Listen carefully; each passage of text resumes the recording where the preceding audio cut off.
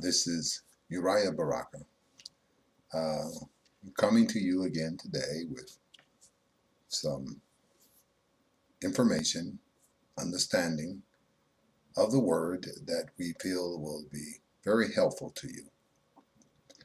We're going to be coming in three parts with the study, Understanding the New Covenant.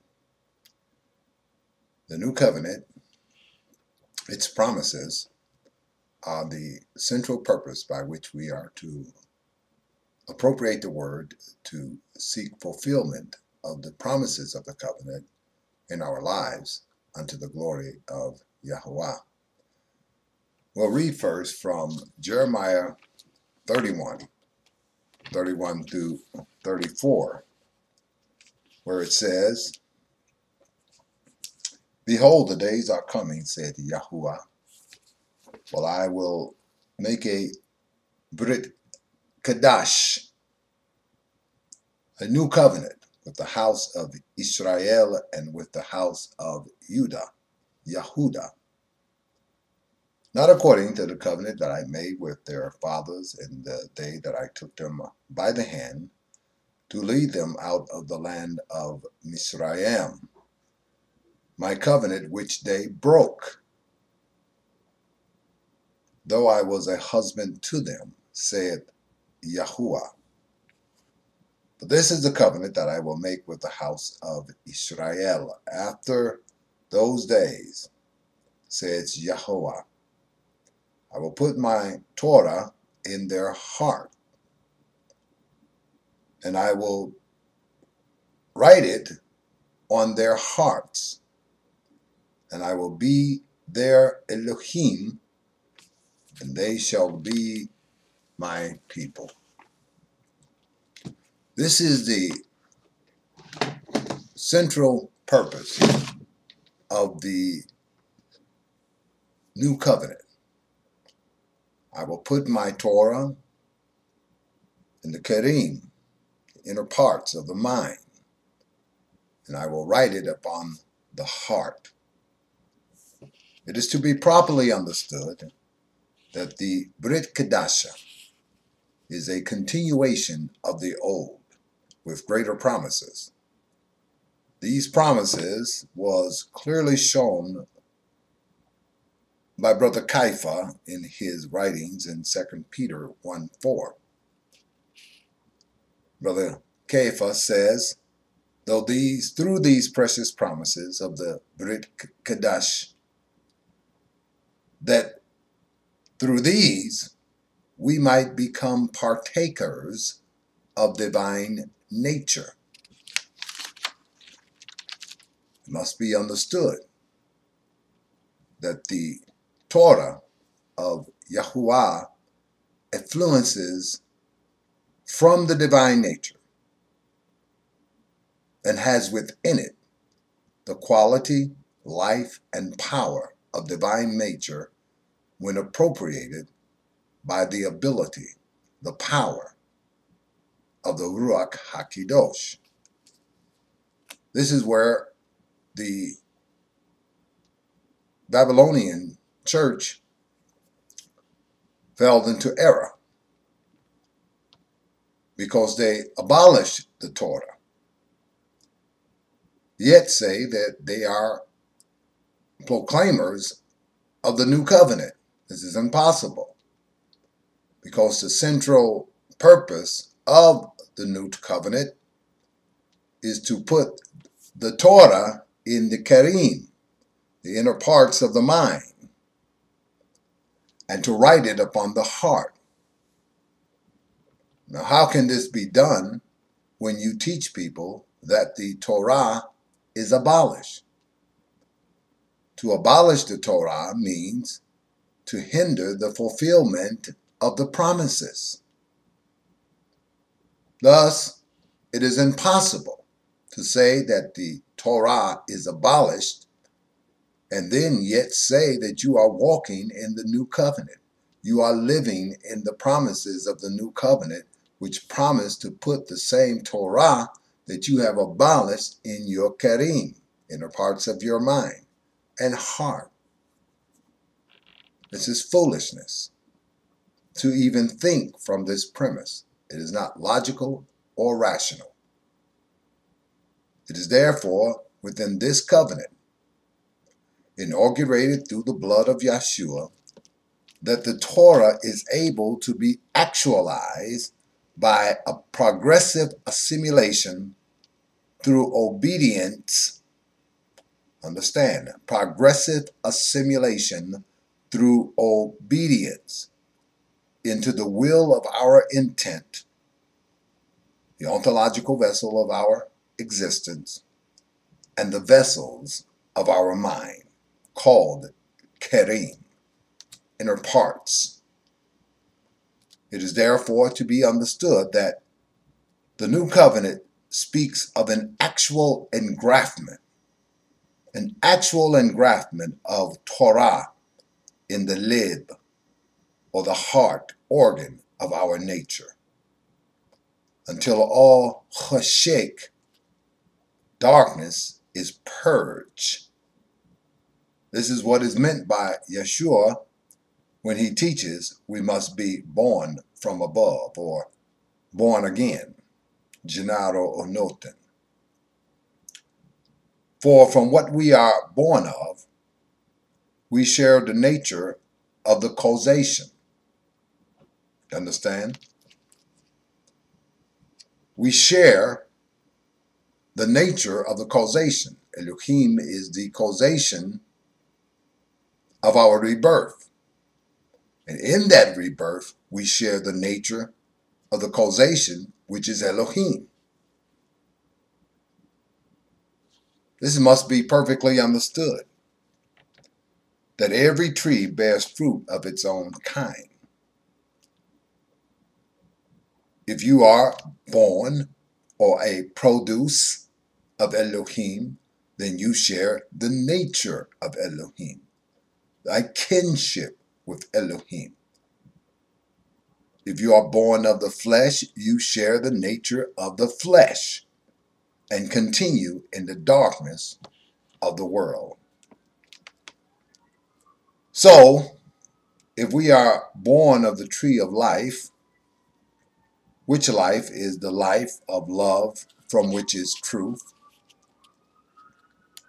a life quality that is opposite in nature of the life quality of the human nature, which is innately born in darkness or carnality. When we are born again, we no longer share in the nature of the flesh, but in the supreme nature of the divine. This is why Yeshua teaches us that which is born of flesh is flesh. That which is born of spirit is spirit. When you are born of spirit, then you have a spiritual nature, a nature that reflects the character and quality of spirit and not of flesh.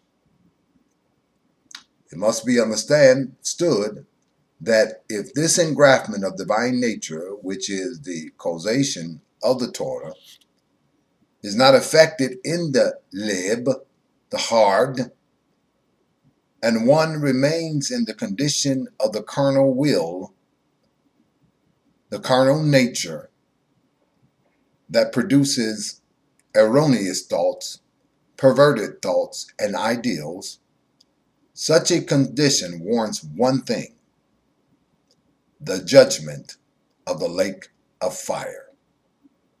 This is shown clearly in Revelation 20:15, where it says, "And if anyone was not written in the book of life, he was given over to the lake of fire." This is to say that the book of one's life is his heart. All character and quality is stored in the heart. And this is what Yahweh looks upon. We'll get into this further in part 2 to break down judgment in relationship to the Brit Kadash. When it says that the book of life, or that we are written in the book of life, it's not talking about a book that Elohim takes and write people names in and scroll their work. That's a carnal ideal from the supremacist culture. This old man with a beard sitting on a throne writing names down. This is not what this means. This means that the book of one's life is his heart, and to be not written in the book of life is to be absent of the Torah quality or divine nature, which is promised to those who purify their hearts for the engraftment through the obedience of truth. Yahweh looks upon the heart and the intent, the reins of the mind, because it is the quality of one's heart and the condition of one's thought that produces good works or works of evil. If one is absent of divine nature and he is merely in the carnality of the heart, the darkness of the heart, his works will be dark. His works will produce evil. His work will produce a negating behavior, negating speech. See?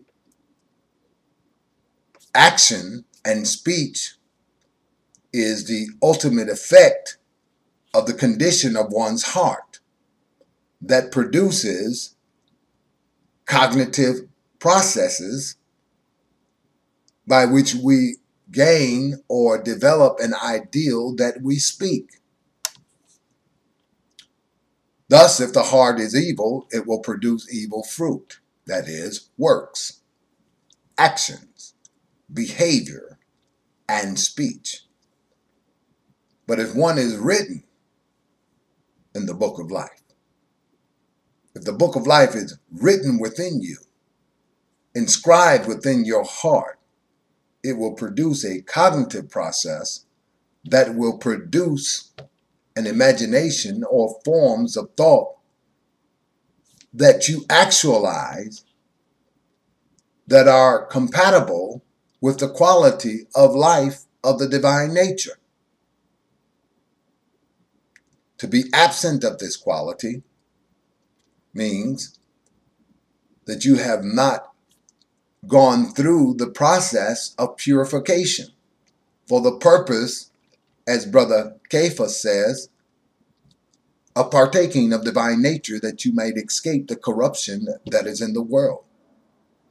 And this is done through the obedience of truth, enlightened truth, not information. Information, knowing that the Nephilims was on the earth, knowing that you are Israel, knowing that you are black. All these things are important to some degree. But it is only the enlightened truth of Yahweh's will, when we comply with this will, that is able to enter and to act within your heart for the purpose of purification, so that you can be clean, pure, and that Yahweh can begin to engraft the quality of Torah within your heart, so that you can produce thoughts that are enlightening, that are redemptive, and that brings life to the world. This is the promise of the new covenant. I will put my Torah in your karim, the inner parts of your mind, and I will write it and graft it within your heart. So we must take a more serious view to the way that we appropriate our religion, the way that we appropriate our emunah towards Yahuwah. Is the will of Yahuwah the central purpose of your life. Because if it isn't, and if you're not walking exclusively in the will of Yahuwah, then you could be in a position where when your time comes and there is no engraftment of divine nature, that the only expectation you may have is the lake of fire. This is Brother Uriyah Baraka. Shalom Aleichem. I hope you consider what has been taught and move forward into the fulfillment of the will of our Elohim, Yahuwah, through his Mashiach, Yeshua, or Yeshusha. Shalom Aleichem.